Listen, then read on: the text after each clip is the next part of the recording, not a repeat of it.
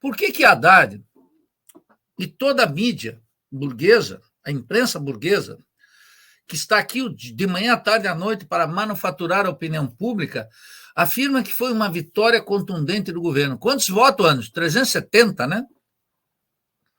Uma coisa estrondosa. Por quê?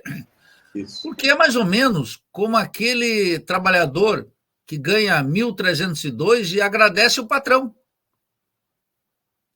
Então, por que num governo que não é um governo de transformação, mas de afirmação da República Rentista e do sistema político apodrecido, a economia passa a ser o núcleo racional do governo.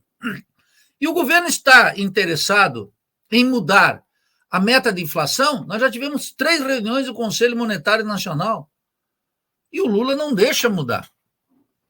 O Lula não permite a mudança, porque se mudasse, colocasse lá o Conselho Monetário Nacional, no uso das suas atribuições, com a maioria que o governo tem, encaminha para o Senado o pedido de destituição do Campos Neto e a redefinição da meta de inflação.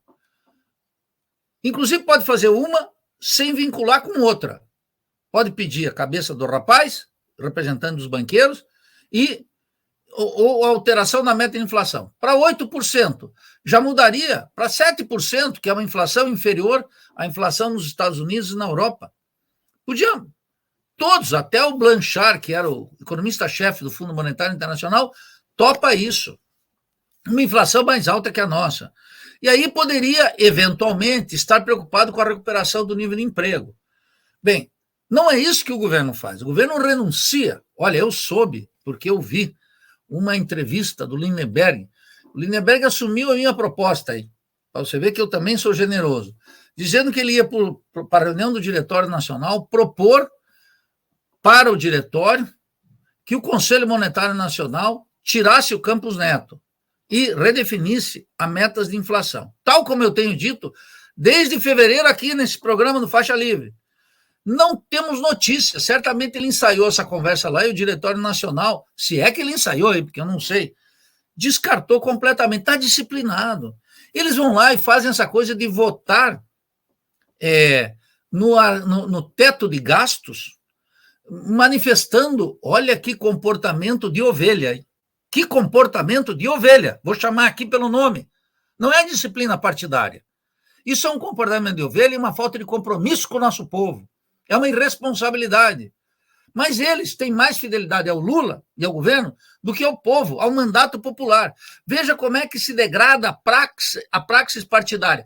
Seja pelas emendas que o Lula colocou lá, bilionária, para conseguir isso, seja pela renúncia de alguém que diz, olha, sou contra, mas vou votar favorável porque eu não posso trair o governo. Como é? Quer dizer que pode trair o povo.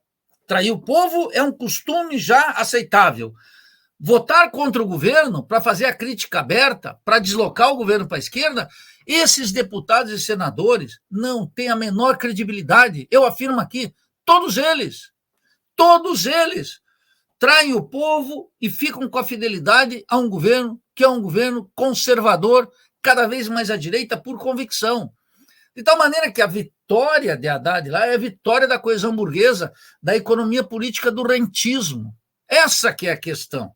Não é que o Lula está assediado. Essa semana eu vi um programa, me mandaram o programa do PCO. Você veja como é a miséria. O Lula é cativo. O Lula é chantageado. O Lula está encalacrado. Eles não percebem o mínimo. E eu quero dizer que todos esses partidos da esquerda aí, que está fora do esquema, pensam a mesma coisa, que não podemos estar, como eu estou, na oposição de esquerda a esse governo. Tem que estar na oposição de esquerda a esse governo, denunciando esse governo no núcleo racional e na falta de ações em áreas estratégicas, mesmo naquelas em que não envolveria, digamos assim, a economia política do rentismo. Eu vou dar um exemplo aqui que me parece trágico.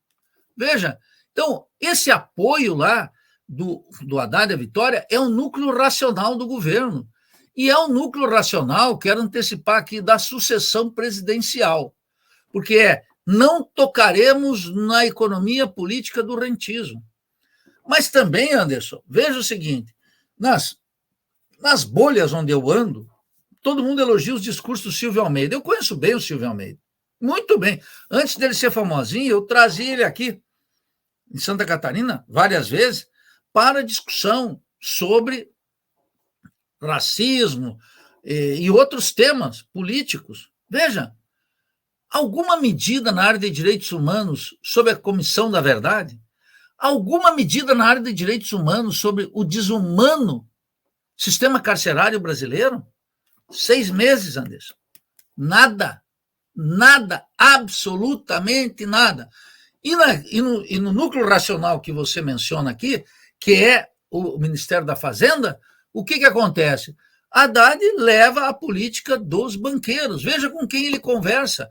É claro que ele encontra com o sindicalista aqui, mas ele não rompe com Campos Neto, que não rompe com o núcleo, com a economia política do rentismo, que é o acordo com a coesão burguesa. Não haverá ruptura. O teto de gastos do petismo é a demonstração cabal de que o petismo é disciplinado para a coesão burguesa que administra o país desde 94 com o Plano Real. Então não haverá mudança na política cambial, na política fiscal e na política monetária. Superávites fiscais permanentes, taxa de inflação abaixo da taxa de inflação mundial, Estados Unidos e Europa, e câmbio flutuante. Ninguém vai mexer no câmbio flutuante. Ninguém vai discutir a estatização do sistema bancário. Ninguém vai discutir fechar a conta de capitais para impedir que 650 bilhões a burguesia coloque lá fora. Ou seja, vida longa para o rentismo, pobreza e exploração eterna para nosso povo.